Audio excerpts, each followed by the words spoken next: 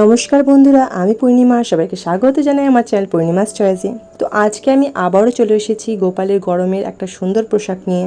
আজকের ড্রেসটাও তোমরা আগের ড্রেসটার মতোই একটু ইউনিকই বলতে পারো, কিন্তু এই গোপালের সাইজ কিন্তু 6 নম্বর।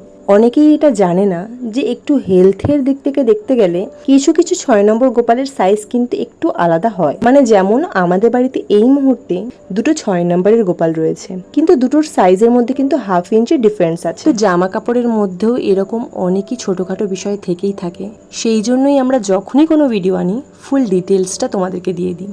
তো আজকের ড্রেসটা তোমাদের কেমন লাগছে?